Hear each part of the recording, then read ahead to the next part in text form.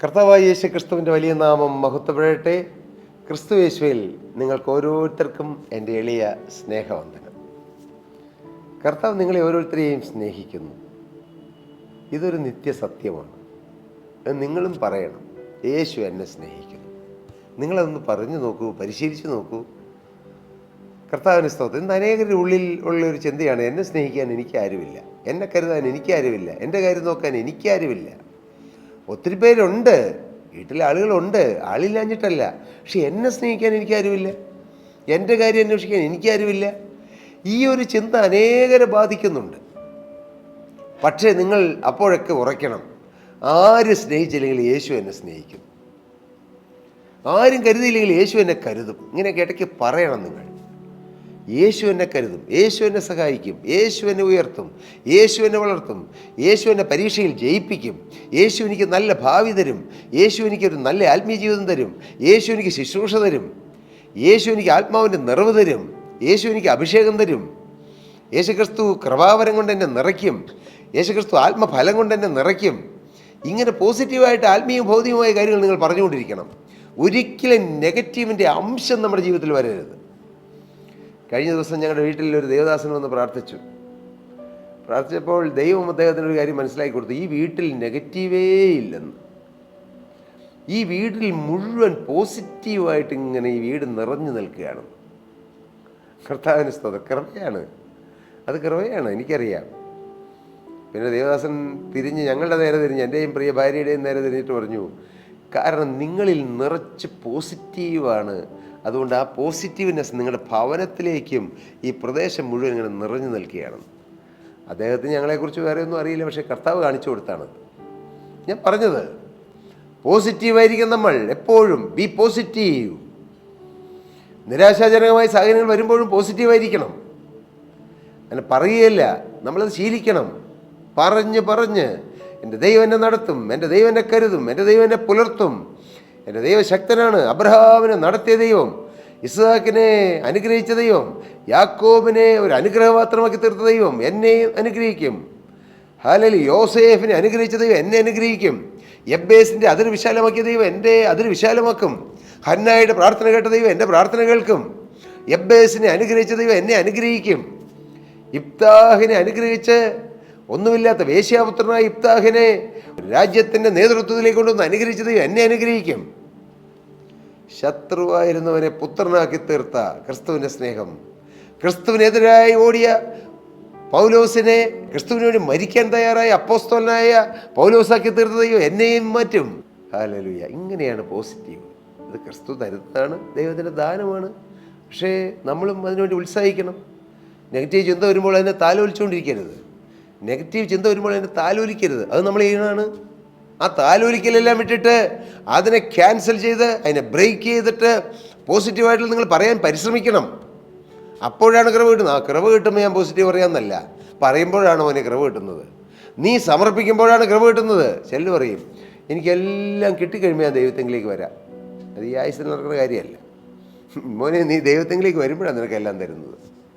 Hallelujah. കർത്താവിൻ്റെ വലിയ നാമത്തിൽ വാഴട്ടെ. നമുക്ക് തിരുവനന്തപുരത്തിലേക്ക് വരാം.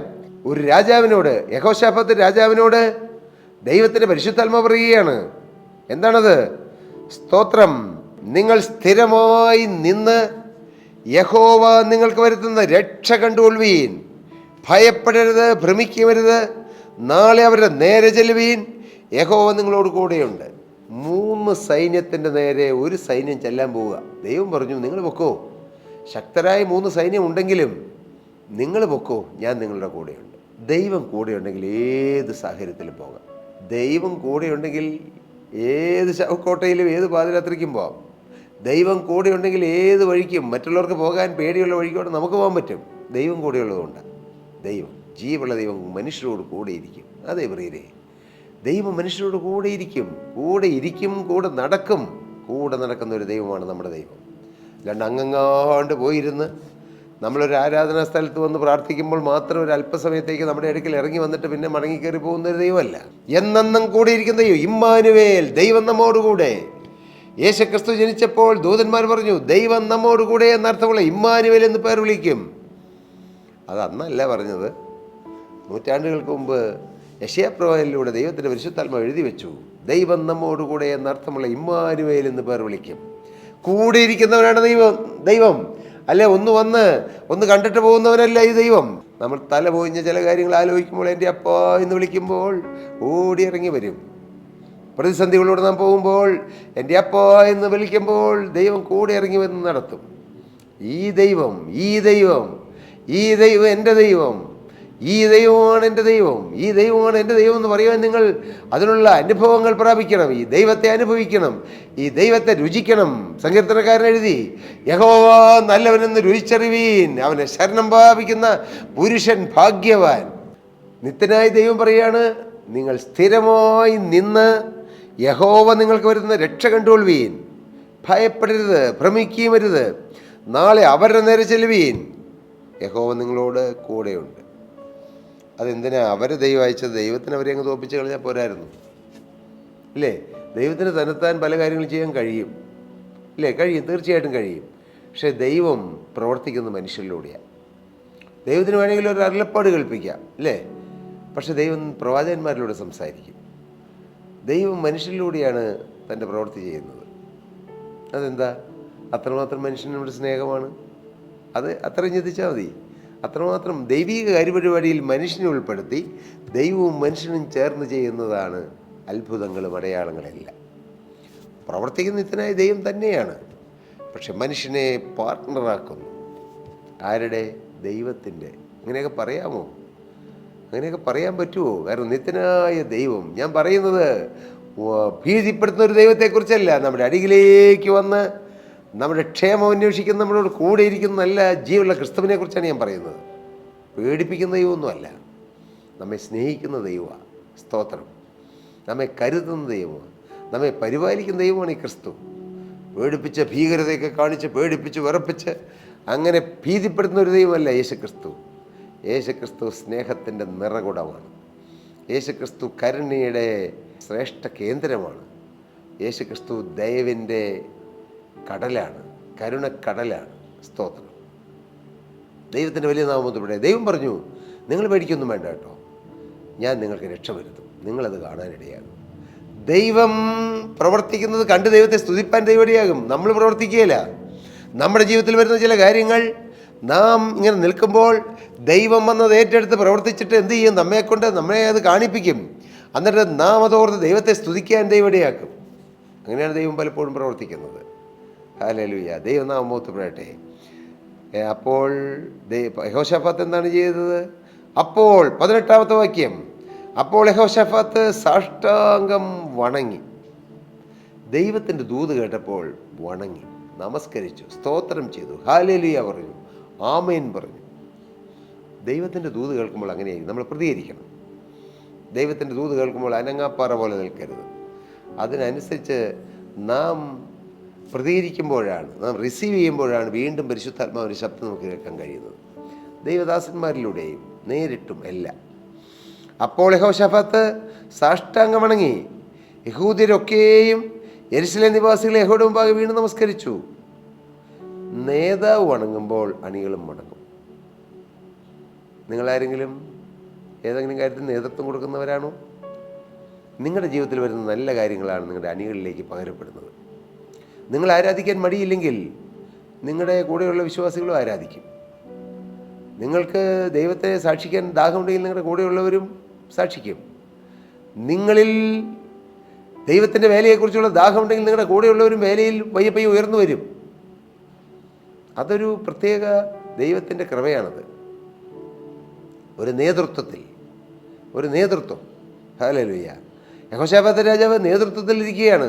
രാജാവ് പറഞ്ഞു, ദൈവത്തിന് സാഷ്ടാംഗം വണങ്ങി നമസ്കരിച്ചു. അത് കണ്ടിട്ട് യഹൂദ്യരൊക്കെ യെരുശലേം നിവാസികളെ യഹോവയുടെ മുമ്പാകെ വീണ് നമസ്കരിച്ചു. സാഷ്ടാംഗം വണങ്ങുക ചെയ്തത് യഹോശാഫാത്ത്, പക്ഷെ ജനം വീണ് നമസ്കരിച്ചു. എന്തൊരിതല്ലേ, വീണ് നമസ്കരിച്ചു. ദൈവനാമം മഹത്വപ്പെടട്ടെ. വീണ് നമസ്കരിക്കുന്ന ജനത്തിൻ്റെ മുമ്പിൽ വിജയമുണ്ടെന്ന് മറക്കരുത്. ദൈവത്തെ ആരാധിക്കുകയും ദൈവത്തെ നമസ്കരിക്കുകയും ദൈവത്തിന് മുമ്പിൽ വീണ് നമസ്കരിക്കുകയും ചെയ്യുന്ന ദൈവമക്കളുടെ മുമ്പിൽ കർത്താവ് ജയം കരുതിയിട്ടുണ്ട്, ജയമുണ്ട്. അങ്ങനെ നീ ദൈവത്തെ ആരാധിക്കുന്നവനാണെങ്കിൽ നിൻ്റെ മുന്നിൽ ഒരു വിജയം നിന്നെ കാത്തിരിക്കുന്നുണ്ട്. എന്നും പരാജയത്തിൻ്റെ കാലമല്ല, എന്നും ഇലവഴിയുന്ന കാലമല്ല. തളിരണിയുന്നൊരു കാലമുണ്ട് മകനെ. കവിളിലൂടെ ഒഴുകുന്ന കണ്ണുനീരിനപ്പുറം നീ ഇന്ന് കരയുന്നവനാണ്. എന്നാൽ പുഞ്ചിരിയിടുന്നൊരു കാലമുണ്ട്, നീ ആനന്ദിക്കുന്നൊരു കാലമുണ്ട്, നീ ആഘോഷത്തോടെ കർത്താവിനെ സ്തുതിക്കുന്നൊരു കാലം വരാൻ പോകുന്നു. അത് അതിവിദൂരമല്ലെന്ന് യേശുക്രിസ്തുവിൻ്റെ നാമത്തിൽ ഞാൻ നിങ്ങളെ അറിയിക്കട്ടെ. അതിവിദൂരമല്ല. അല്ലല്ലോ ഈ ദൂത് ആരേറ്റെടുക്കും? ഈ തിരുവചനം ആരേറ്റെടുക്കും? അതെൻ്റെ കാര്യമാണ് കർത്താവ് പറയുന്നതെന്ന് നിങ്ങൾ ആര് പറയും? ഞാൻ കർത്താവിനോട് പറയാം, ഞാൻ എൻ്റെ കർത്താവ് പറയുന്നത്. സ്തോത്രം. ദൂതിന് നാം പ്രതികരിക്കണം. ഹല്ലേലൂയ. പോസിറ്റീവായി പ്രതികരിക്കണം. അതുകൊണ്ട് യഹോശാഫാത്ത് രാജാവ് അനുഗ്രഹിക്കപ്പെട്ടു. വലിയ വിജയം അദ്ദേഹത്തിന് കിട്ടി. എങ്ങനെ വിജയം കിട്ടി? നമുക്കടുത്തതായി ചിന്തിക്കാം. ഇന്ന് നിങ്ങൾ എന്തു പറയുന്നു? ഈ ക്രിസ്തുവിനോട് ചേരുവാൻ, ക്രിസ്തുവിൻ്റെ കരങ്ങളിലേക്ക് ജീവിതം കൊടുക്കാൻ നിങ്ങൾക്ക് മനസ്സോ? എങ്കിൽ യേശുവേ, ഇന്ന് മുതൽ ഞാൻ അങ്ങേക്കായി ജീവിക്കുമെന്നൊരു സമർപ്പണം പറയൂ. ആ സമർപ്പണം എടുക്കുന്നവരെ കർത്താവ് അനുഗ്രഹിക്കും, കൃപയിൽ പൊതിയും, എല്ലാ നന്മകളാലും നിറയ്ക്കും. ദൈവം നിങ്ങളെ നിറവടിയായി അനുഗ്രഹിക്കുമാറാകട്ടെ. പ്രിയ സഹോദരീ സഹോദരങ്ങളെ, നിങ്ങൾക്ക് പ്രാർത്ഥനാ വിഷയങ്ങളുണ്ടോ? തീർച്ചയായും ഞങ്ങളെ താഴെ കാണുന്ന നമ്പറിൽ ഞങ്ങളെ കോൺടാക്റ്റ് ചെയ്യൂ. ഞങ്ങൾ നിങ്ങൾക്ക് വേണ്ടി പ്രാർത്ഥിക്കുക. കർത്താവ് നിങ്ങളെ അനുഗ്രഹിക്കും. അനുഗ്രഹിക്കട്ടെ. ദൈവനാമം മഹത്വപ്പെടട്ടെ. സ്തോത്രം.